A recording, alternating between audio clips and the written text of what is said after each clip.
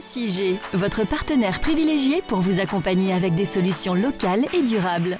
En direct du pont de la Machine à Genève, au quartier libre SIG pour cette émission spéciale de Agissons pour demain. À mes côtés, comme chaque mois, Isabelle Dupont-Zampérini. Bonjour Isabelle. Bonjour. C'est donc un lieu un peu particulier qui nous accueille aujourd'hui. C'est la première fois qu'on vient ici en direct et nous sommes entourés de magnifiques photos. On aura l'occasion d'en parler. C'est une exposition photo événement qui se déroule depuis hier. Oui, une première et franchement, on en parle après, mais ça vaut la peine. SIG, votre partenaire privilégié pour vous accompagner avec des solutions locales et durables. Pour les auditeurs, les auditrices et les téléspectateurs et téléspectatrices qui ne vous connaissent pas encore, Mathieu Ricard, qui êtes-vous ? Ah là là, j'aimerais bien le savoir. Écoutez, voilà, j'ai fait des études scientifiques, j'ai fait une thèse en génétique cellulaire à l'Institut Pasteur avec François Jacob. Ensuite, entre-temps, j'avais voyagé en Inde, j'avais rencontré des maîtres spirituels tibétains qui avaient fui l'invasion communiste chinoise du Tibet. J'ai été très impressionné parce que, si vous voulez, je me demandais quelle direction dois-je donner dans ma vie. Donc, j'ai fait 6 allers-retours et à la fin de ma thèse, en 1972, j'ai décidé de faire mon postdoc dans l'Himalaya et j'ai pris un aller simple. Donc, ça fait plus d'un demi-siècle que je vis dans l'Himalaya. Au début, je vivais un peu en ermite, j'étudiais et puis après avoir fait un livre avec mon père, le moine et le philosophe, qui a un peu changé, qui m'a donné une existence un peu plus agitée, j'ai consacré l'intégralité de mes droits d'auteur et conférences à des projets humanitaires. Et aujourd'hui, avec Karuna Session, nous aidons 1,5 million de personnes en extrême pauvreté en Inde, au Népal, un peu au Tibet. Le sort des femmes, notamment, l'hygiène, la santé de base, etc., etc. Donc, une longue vie, principalement dans l'Himalaya. Et j'ai aussi écrit un certain nombre de bouquins, je suis photographe, j'ai fait une dizaine de livres de photos. Voilà, je suis pas mal agité au fil d'un demi-siècle. Et voilà, maintenant j'ai 78 ans, donc je ralentis. Qu'est-ce qui a été vraiment le point de départ ? On imagine peut-être un cheminement très personnel. Oui, c'est-à-dire que, si vous voulez, moi, François Jacob et mon père m'ont appris ce que c'était que la rigueur scientifique, la rigueur intellectuelle, donc je suis infiniment reconnaissant. J'ai étudié la division cellulaire des bactéries, bon, c'est passionnant. Mais c'est vrai que je n'étais pas tout à fait sûr de la direction, qu'est-ce que je voulais vraiment dans l'existence.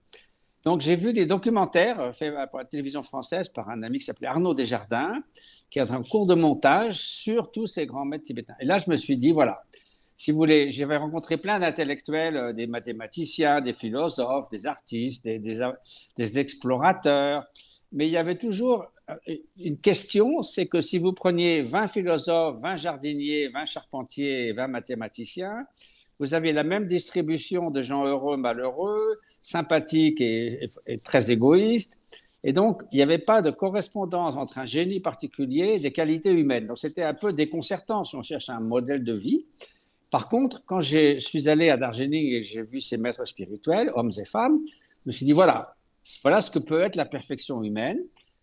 Si je peux devenir un centième de ce qu'ils sont, indépendamment de leur savoir, que ce soit bouddhiste ou autre chose, ça vaut la peine d'y consacrer une bonne partie de mon existence. Donc finalement, tranquillement, sur 7 ans, j'ai fait l'aller-retour et finalement, j'ai fait le choix et je m'en félicite tous les jours depuis. Et donc, j'ai exploré, si vous voulez, quels sont les mécanismes de trouver une certaine liberté intérieure, de développer des qualités humaines fondamentales comme la compassion, la résilience, la liberté intérieure, la sérénité. Et donc, j'ai beaucoup appris et j'ai eu une vie très fortunée de pouvoir un peu poursuivre cette voie pendant plus de 50 ans. Et pour trouver la voie de la liberté, il paraît qu'il faut s'adonner à la contemplation. On parle souvent de méditation, mais le fait de contempler et la contemplation en général, c'est d'ailleurs le titre de cette exposition qu'on va retrouver ici à Quartier Libre SIG. Qu'est-ce que c'est cette exposition exactement ? Alors déjà, la contemplation, ça veut dire que, si vous voulez, on a affaire à notre esprit du matin au soir. Et puis, il peut être notre pire ennemi comme notre meilleur ami. Donc, autant en faire notre meilleur ami. C'est ça l'idée de l'entraînement de l'esprit. Alors, les photographies, donc j'ai photographié depuis que j'ai l'âge de 13 ans. J'ai fait une dizaine de bouquins. Et l'idée, c'était de réunir un certain nombre de photos qui pouvaient apporter un peu de sérénité. Donc, ces images, d'habitude, je photographie en couleur parce que le monde est en couleur. mais ça a été les organisateurs des Rencontres d'Arles, qui est un prestigieux festival de photographie, m'ont demandé si je pouvais présenter des photos en noir et blanc sur un magnifique papier japonais fait à la main par des artisans. Et donc voilà, cette exposition, on l'a appelée Contemplation parce qu'elle appelle un peu un calme intérieur. Ce sont des images qui au lieu... Vous savez, il y a la photo la famine au Biafra, par exemple, les images avaient déclenché un élan de solidarité presque sans précédent. Donc, il faut parfois montrer les tragédies pour interpeller, pour faire agir les gens. Mais malheureusement, souvent, les médias, il y a une telle prédominance des mauvaises nouvelles qu'on tombe dans le syndrome du mauvais monde. Et finalement, on ne voit que des mauvaises nouvelles parce qu'il y en a toujours partout. Donc, l'idée, au travers de la photographie, c'est un choix déterminé, c'est de présenter les bons aspects de la nature humaine, la banalité du bien, c'est-à-dire que la plupart du temps, les 8 milliards d'êtres humains se comportent de façon décente les uns envers les autres, et la beauté de la nature sauvage, qui incite à l'émerveillement. L'émerveillement mène au respect, et puis au fait d'être concerné, et finalement donc d'agir pour préserver cette nature sauvage. Donc c'est un parti pris, mais je l'assume pleinement, et c'est ça que j'ai voulu faire en photographie. Merci à Mathieu Ricard de nous avoir gentiment accordé cette interview qui a été enregistrée il y a quelques jours. Mathieu Ricard qui est à l'honneur ici à l'espace Quartier Libre SIG au pont de la Machine, Isabelle Dupont-Zamperini. Oui, et Robert Kramer nous a rejoint. Bonjour. Bonjour. Vous êtes le président du conseil d'administration des SIG. Vous avez entendu Mathieu Ricard, vous avez vu ces magnifiques photos. Ça vous fascine, le bonhomme comme les photos ? Les photos, elles sont vraiment exceptionnelles. Et je trouve que c'est des photos qui incitent à beaucoup de sérénité. Donc, je ne peux qu'inciter à mon tour toutes celles et tous ceux qui nous écoutent à venir voir ces photographies. Elles sont merveilleuses et dans l'agitation du centre-ville, c'est vraiment un moment de paix. Voilà, ce moment de paix, vous pouvez venir le partager depuis hier. Le vernissage a eu lieu hier et cette exposition est à découvrir jusqu'au 25 août. Ici, donc l'entrée est libre, précisons-le, c'est chaque jour entre 11h et 17h. Du lundi au dimanche, lundi au dimanche, tous les jours. Exactement. Oui. Pour en profiter, toutes les infos à retrouver, bien sûr, sur le site de Quartier Libre. On va se retrouver dans quelques instants pour la deuxième partie de cette émission. Agissons pour demain sur Radio Lac et Carac. SIG, votre partenaire privilégié pour vous accompagner avec des solutions locales et durables. Et de retour ici, Quartier Libre, pont de la Machine à Genève pour cette magnifique exposition photo de Mathieu Ricard. Exposition qui a débuté hier, exposition qui s'appelle Contemplation et que vous aurez tout le loisir de venir contempler. Bien évidemment ici, entrée gratuite, c'est tous les jours du lundi au dimanche entre 11h et 17h. Cette exposition qui se déroule donc jusqu'au 25 août et un nouvel invité vient de nous rejoindre à nos côtés, Taufik Abdillah, bonjour. Bonjour. Vous êtes le responsable à SIG de cette exposition, des photos particulières à plusieurs égards, Taufik. Exactement, particulières. Comme le disait Mathieu Ricard, la première fois qu'elle a été présentée, c'était aux rencontres photographiques de Arles. Elle a ensuite voyagé en France, mais c'est vraiment la toute première fois qu'elle est en Suisse. L'autre particularité, c'est que ces photos ont été tirées sur du papier japonais awagami, donc, qui est une technique de production qui date de plus de 1400 ans. Donc la qualité est vraiment incroyable. Et enfin, dernière particularité, c'est que chacune de ces images est accompagnée d'une citation spirituelle de plusieurs d'auteurs connus qui ont été écrits à la main par Mathieu Ricard. Un tirage magnifique. Je précise que ce papier, il a une texture particulière. Donc, il faut vraiment venir voir les photos, s'approcher pour découvrir vraiment toute la magie de ce papier japonais dont vous nous parliez. Alors, on connaît Mathieu Ricard en tant que moine bouddhiste, photographe, mais également comme humanitaire. Dès les années 70, il s'y est mis, mais c'est en 2000 qu'il fonde Karuna Shechen. C'est une association humanitaire qui intervient en Inde, au Népal et au Tibet oriental. Catherine Lalive d'Épinay, bonjour. Bonjour. Alors, vous êtes directrice de cette association pour la Suisse. Concrètement, quelles sont les activités de cette association ? Oui, merci. Alors, essentiellement, Karuna Shechen agit et plaide pour un monde plus altruiste. Donc, d'une part, nous agissons sur le terrain. En fait, on contribue à briser le cycle de l'intense pauvreté auprès des populations les plus démunies de ces régions-là.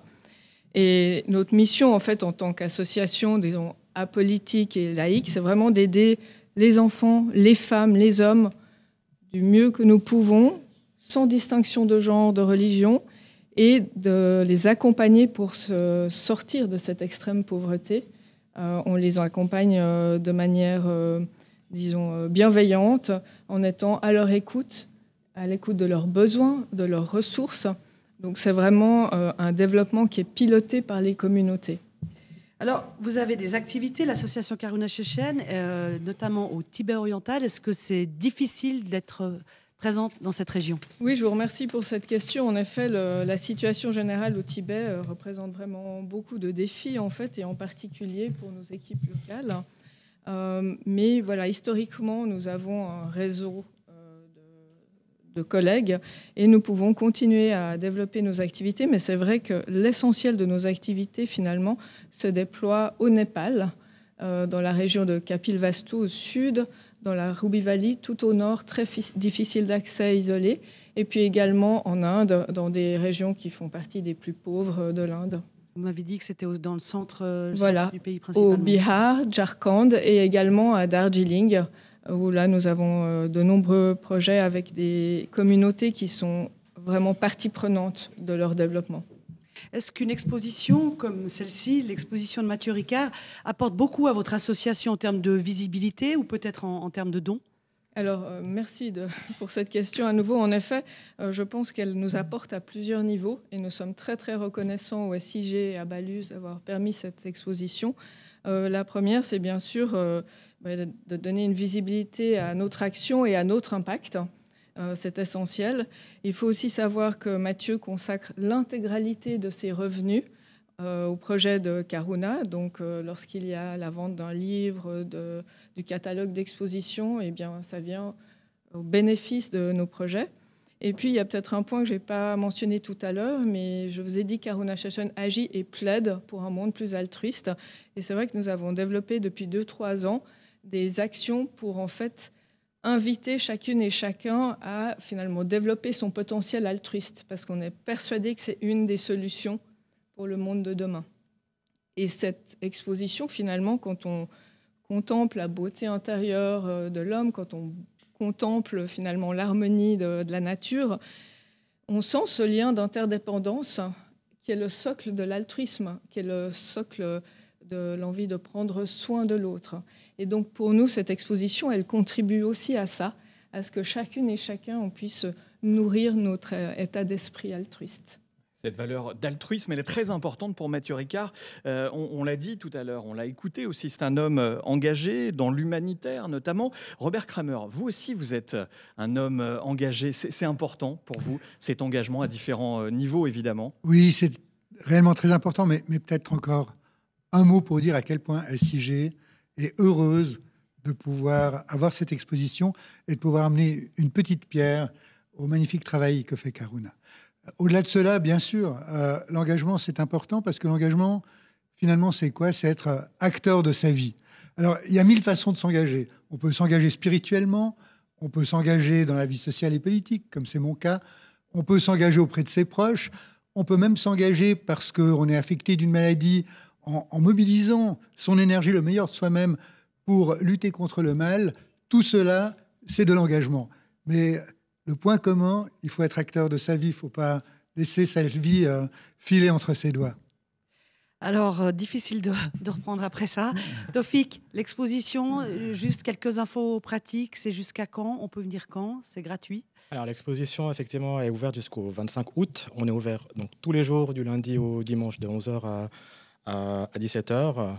On propose également des visites guidées pour les classes d'école à partir de 10 ans, c'est l'âge recommandé, mais aussi pour tous les groupes qui seraient intéressés à découvrir ces magnifiques œuvres de Mathieu Ricard. Et nous participerons également le 25 mai prochain à la nuit des musées, donc avec les autres institutions genevoises muséales, et où nous proposerons une initiation à la méditation. Donc voilà, les personnes intéressées pourront s'inscrire. Vous avez déjà inscrit, Isabelle, vous pouvez déjà noter sur l'agenda.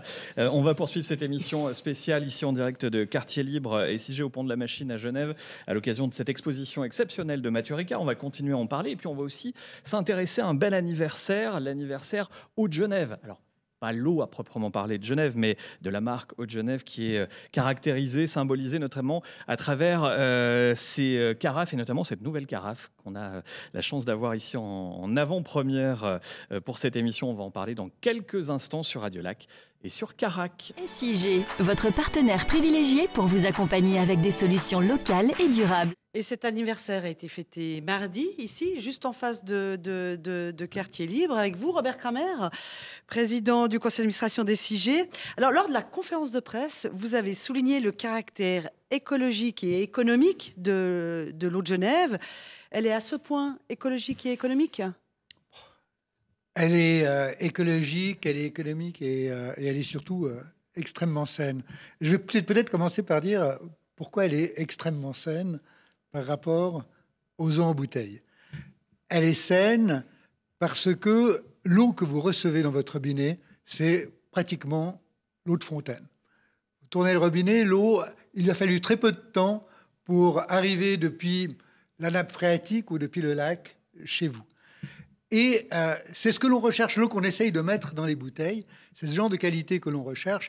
Mais je vois que dorénavant, nous sommes imités, puisque dorénavant, les grands distributeurs, je ne vais pas citer de nom, eh bien les grands distributeurs dont le nom commence par Ness, Estarmi, Barclay, eh bien ils nous ont imités, figurez-vous. C'est les procédés de SIG qu'ils emploient pour délivrer une eau irréprochable, c'est-à-dire charbon actif et recours à l'ozone. Mais au-delà de cela, c'est une eau qui, au point de vue environnemental, est formidable. Parce que c'est une eau qui n'est pas transportée par des camions, c'est une eau qui n'est pas mise dans des bouteilles, et tout cela consomme énormément d'énergie. Si vous voulez réduire de façon très simple les émissions de gaz à effet de serre, eh bien, il vous suffit de tourner le robinet et de ne pas aller chercher de l'eau qui a fait des dizaines, des centaines, des fois des milliers de kilomètres avant d'arriver au chaud dans votre magasin. Une eau, par ailleurs, qui, si elle est dans un contenant en plastique, va en plus vous aider à vous intoxiquer avec quelques micro-saloperies que vous allez absorber. Et puis, au-delà de ça, évidemment, c'est même pas la peine de parler du prix. Je veux dire, c'est la meilleure affaire que vous puissiez faire. Et finalement, tout ce qu'il nous manquait, c'est qu'on n'ait pas honte d'avoir de l'eau sur sa table, de l'eau du robinet, qu'on ne pense pas que c'est chic d'avoir de l'eau en bouteille. C'est tout le travail qui a été fait ces dernières années, mais je crois qu'on va en parler tout à l'heure. Thierry Truchet, vous êtes responsable de la communication client. SIG, bonjour. Bonjour. Comment vous est venue l'idée de créer cette marque Eau de Genève ? C'était assez simple comme idée de base, c'était de se dire qu'on avait une eau d'extrême qualité. D'ailleurs, elle était reconnue à 90% par les Genevoises et les Genevois, mais seulement 60% la buvaient régulièrement. Donc il y avait une marge de progression énorme. Et donc on a souhaité faire en sorte que cette eau soit à la hauteur de la perception de la qualité et la positionner aussi comme une eau de boisson, comme une eau que l'on doit boire, qui est bonne pour la planète, bonne pour soi. Comme l'a dit notre président, c'est 1000 fois moins d'impact sur l'environnement par rapport à des eaux en bouteille. C'est jusqu'à 500 fois moins cher. Pour une famille, c'est pas négligeable. Ça peut être jusqu'à 2000 francs par an d'économie quand on fait le choix de passer à l'eau du robinet. Donc on a vraiment voulu mettre tout cela en avant. Et aujourd'hui, on a 90%, plus de 90% des Genevoises et des Genevois qui la boivent régulièrement. Et c'est une fierté pour nous, mais surtout une fierté pour eux de la boire, puisque voilà, ils en sont fiers et ils le revendiquent. Alors, pour que 90%, plus de 90% des Genevoises et Genevois boivent l'eau de Genève, ça ne s'est pas fait comme ça, un coup de baguette magique. Il a fallu créer la marque, mais il a aussi fallu communiquer. Exactement, et ça a été un travail de longue haleine. Alors la marque a été un étendard pour la reconnaître, pour voilà, qu'elle soit mémorisée aussi, mais ça a été un travail de longue haleine, un peu comme le travail qui peut être fait quand on veut changer les habitudes, comme le tri des déchets, les éco-gestes au quotidien. Il faut instaurer de la confiance, il faut faire beaucoup de pédagogie, beaucoup parler aussi du prix qui est souvent méconnu. Peu de personnes savent que c'est 0,2 centimes le litre. Donc il a fallu communiquer régulièrement sur cela pour qu'au final, eh bien, notre but ultime, ce qu'on avait un petit peu rêvé au départ, c'est de se dire que les Genevoises et les Genevois allaient être fiers de la poser sur leur table quand ils invitaient leurs invités lors d'un dîner ou d'un déjeuner. Et je crois que le pari est pratiquement réussi aujourd'hui. Cette fierté existe. Elle est réelle et c'est vraiment ce qu'on souhaitait faire avec une autre proximité locale qui a toutes les qualités dont on a parlé. Pourquoi ces carafes, les Genevois et les Genevoises sont aussi fiers de les avoir sur leur table? Eh bien parce qu'elles sont décorées, habillées par des artistes, des étudiants. On va d'ailleurs en découvrir un peu plus dans quelques instants. En tous les cas, une production, si je puis dire, une élaboration locale. Robert Kramer, cette proximité, elle est forcément importante à vos yeux. Elle est essentielle parce qu'à mon avis, c'est le signe distinctif de SIG. C'est la proximité. Nous sommes l'entreprise des Genevoises et des Genevois. SIG est au service des entreprises genevoises, des communes genevoises. Et tout ce que nous faisons, toute notre sphère d'intervention, c'est Genève. Donc, tout naturellement, on est enchanté de voir que les Genevoises et Genevois, maintenant, pour l'essentiel, boivent l'eau de leur lac, l'eau de leur nappe phréatique. Vous avez lancé un concours, Fabrice Pidou, SIG, pour cette nouvelle carafe. Un concours auprès d'étudiants, je crois. Comment ça s'est passé ? Alors, bonjour à tous. Donc on a collaboré avec l'école de bande dessinée et illustration de Genève, c'est l'ESBDI, qui a été fondée par Tom Tirabosco, qui connaît bien les carafes de Genève. Donc on s'est dit, pourquoi pas faire un lien avec cette école. On l'avait déjà fait avec la aide précédemment en 2016. Et là, on cherchait une nouvelle école pour habiller la carafe, l'emblème de l'eau de Genève. Et du coup, on a mis au concours la classe de première année. Il y a 3 dessins qui ont été retenus, qui ont été mis au vote du public. Et c'est le dessin d'Alice Ernoux, qui est avec nous ici, présent sur la table de l'émission. Un dessin avec plein de symboles. Plein de symboles de Genève. On retrouve l'aigle genevois, on retrouve la clé, bien entendu, du drapeau, les fontaines qu'on a sur le canton. Et donc c'est ce dessin qui a remporté les suffrages assez largement. Et du coup, maintenant, elle est disponible des Genevois et de Genevoises pour l'achat, pour décorer leur table quand ils sont des invités. Alors c'est bien, des jeunes qui s'expriment et qui font ces belles carafes. Alors c'est une étudiante, on l'a dit, de l'école supérieure de bande dessinée et d'illustration. C'est Alice Ernoux. Voilà. Et Tom Tirabosco, qui a aussi habillé des carafes, est professeur dans cette école.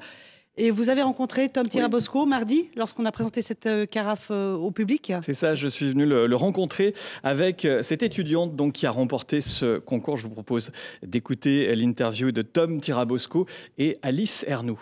Tom Tirabosco, vous faites partie des fondateurs de l'école de bande dessinée et d'illustration de Genève qui a vu le jour en 2017. Pourquoi avoir souhaité une telle école à Genève ? Parce que nous sommes sur les terres de Rodolphe Töpfer, qui est l'inventeur de la bande dessinée moderne, et qu'il n'y avait plus véritablement de filière qui enseignait le dessin narratif et la bande dessinée.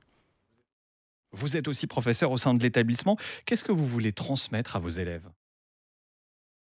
J'ai envie de leur transmettre diverses choses. D'ailleurs, entre autres aussi que le dessin, il peut se décliner pas uniquement en bande dessinée ou en livre jeunesse, mais on le retrouve partout. Et cette carafe d'eau est un bon exemple d'une forme de communication visuelle qui passe par le dessin.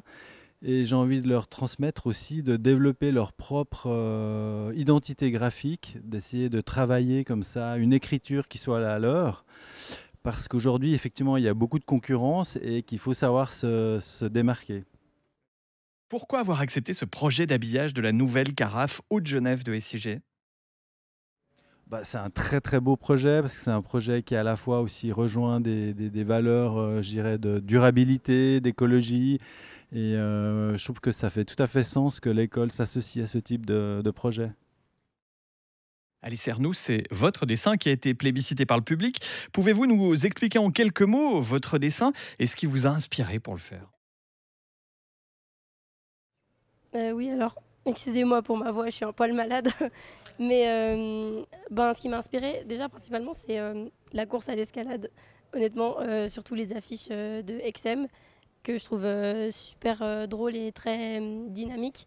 Et puis, j'avais envie de mettre en avant donc cette eau potable. Pour moi, ça me fait penser aux fontaines des Bastions, qui ont un style très, très reconnaissable. Et puis, du coup, j'ai rajouté l'enseigne de Genève au final, puisque c'est vraiment ça la source du projet, disons. Je suis très, très fière que ça soit arrivé que ça ait abouti, quoi. C'est vraiment autre chose de le voir en vrai que sur l'ordi. Et puis, surtout, n'étant pas originaire de Genève, je trouve ça assez sympa quand même de pouvoir représenter la ville où j'étudie. Alice Ernoux, c'est le nom de cette étudiante qui étudie donc à Genève et qui a dessiné cette nouvelle carafe à l'effigie donc de l'eau de Genève. Alors les carafes, elles ont été nombreuses à être habillées par des artistes genevois principalement, des étudiants aussi de Genève. Une grande proximité pour une carafe qui permet, elle, d'avoir de mener des actions humanitaires. Fabrice Pidou, donc vous êtes comme client de SIG. Ça consiste en quoi ces actions humanitaires qu'on peut mener grâce à cette carafe? Ah oui, tout à fait. Donc, la carafe, déjà, c'est pour faire boire l'eau du robinet, bien entendu, mais il y a aussi ce côté solidaire qui a été lancé dès le début de l'aventure de l'opération carafe. Donc 100% des bénéfices, donc c'est 5 francs sur le prix de vente de 20 francs, seront reversés à des associations humanitaires. Actuellement, c'est une association H2O Énergie pour un projet au Kenya. Et donc à ce jour, on a quand même vendu 60 000 carafes. Il y a 300 000 francs qui ont été récoltés. Ça a permis de financer 7 projets et de donner l'accès à l'eau potable à 15 000 personnes, que ce soit au Kenya, au Cameroun, au Népal ou en Équateur. Donc voilà, donc c'est une proximité à Genève, mais aussi on a une proximité aussi à l'étranger avec des projets et puis qui donnent vraiment accès à l'eau potable aux personnes qui n'en ont pas et qui en ont besoin. Alors vous nous avez dit 60 000 carafes vendues, mais pas qu'à Genève. Et c'est ça. Donc c'est de la proximité à Genève, mais on arrive à passer quand même les frontières de la Versoix. Robert Kramer, une carafe eau de Genève qui s'achète au Tessin. C'est pas mal quand même.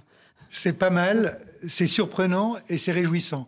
Et heureusement, cette carafe, elle n'est pas vendue avec l'eau de Genève dans la carafe. Elle est vendue pour qu'on puisse y mettre l'eau du Tessin. Mais c'est formidable parce que ça veut dire que cette campagne que nous avons lancée, avec le succès incroyable qui a été rappelé tout à l'heure, en 15 ans, on est passé d'à peu près 50% de gens qui consommaient très régulièrement l'eau du robinet à 92%. Donc, c'est un résultat vraiment surprenant et enthousiasmant. Et puis, c'est formidable de voir qu'au Tessin, on se dit, on va essayer de faire la même chose. Avec l'eau du Tessin, avec peut-être aussi les carafes que les Tessinois vont créer. Mais je suis vraiment enchanté de voir qu'on donne le bon exemple. Et un bon exemple aussi au niveau de l'ancrage local. On a parlé de cette étudiante, évidemment. Il faut savoir que la sérigraphie qui entoure, qui habille cette magnifique carafe est faite dans le canton de Genève. Donc c'est un engagement aussi local que vous faites en vous procurant cette carafe qui est disponible, hein, Fabrice Pidou, depuis quelques jours. Tout à fait, elle est en précommande là, sur le site internet. Et puis après, elle sera bien entendu à quartier libre où on peut acheter la carafe au Genève et se la procurer. SIG, votre partenaire privilégié pour vous accompagner avec des solutions locales et durables. Une nouvelle carafe pour l'eau de Genève qui est disponible depuis quelques jours seulement. Carafe que vous pouvez vous procurer ici directement à l'espace quartier libre SIG au pont de la Machine, à la boutique de l'eau de Genève ou alors sous la tente du marathon de Genève, bien évidemment. Ça, c'est un rendez-vous que SIG ne rate sous aucun prétexte. Ce sera du côté du Jardin Anglais, le marathon de Genève, Isabelle, qui aura lieu du 3 au 5 mai prochain. Et où je vous ai inscrit, évidemment. Merci. Il y aura un tas d'activités, d'animations, au-delà des courses, notamment à découvrir sur le stand de SIG, un bar à eau, mais aussi des sportifs. Le Servette FC, t'as le cœur qui parle.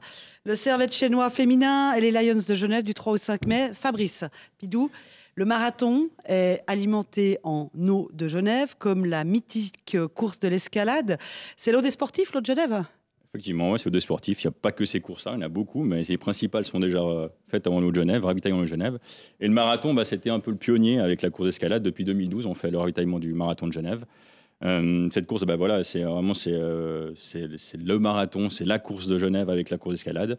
Et cette année, pour aller plus loin dans la démarche de durabilité avec l'eau de Genève, on va mettre des gobelets réutilisables. On va faire 30 000 gobelets qui seront sur les différents points de ravitaillement de la course, avec pour objectif, bien entendu, la réduction des déchets et bien entendu le réemploi de ces gobelets sur les prochaines éditions. Et l'idée, c'est d'ici 2-3 ans, de pouvoir avoir une course entièrement ravitaillée avec des gobelets réutilisables. Et on économise de nouveau des bouteilles. Voilà, des bouteilles en plastique et du CO2, tout à fait. Donc c'est bon pour tout le monde, cette eau de Genève. Bon pour tout le monde. Et pas que pour les sportifs.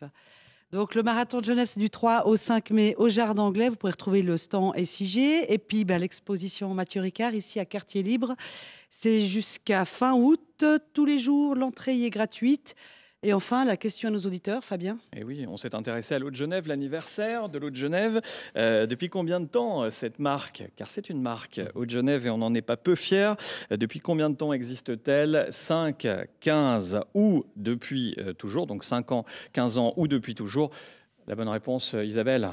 C'est Robert Kramer qui va nous la donner, la bonne réponse. Bon, alors évidemment, l'eau de Genève, elle existe depuis toujours. Elle existe depuis toujours parce qu'il y avait déjà de l'eau à Genève.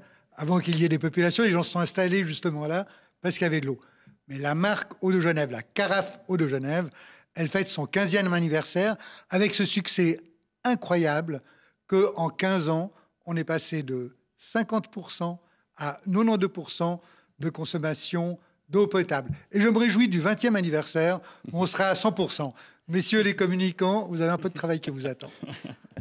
Merci Robert Kramer. Donc la bonne réponse, 15 ans pour la marque Eau de Genève. On va féliciter celui ou celle qui va être sélectionné parmi les bonnes réponses et qui repartira avec le pack Eau de Genève constitué de la gourde en inox, de la nouvelle carafe Eau de Genève et d'un linge de quoi être paré pour les prochaines vacances, Isabelle. Pour la prochaine émission. Pourquoi pas? Rendez-vous en tous les cas très prochainement. Une émission que vous pouvez retrouver en podcast sur radiolac.ch, mais aussi en vidéo sur Carac. Et puis on se retrouve au mois de mai. Avec on fait plaisir. ça. SIG, votre partenaire privilégié pour vous accompagner avec des solutions locales et durables.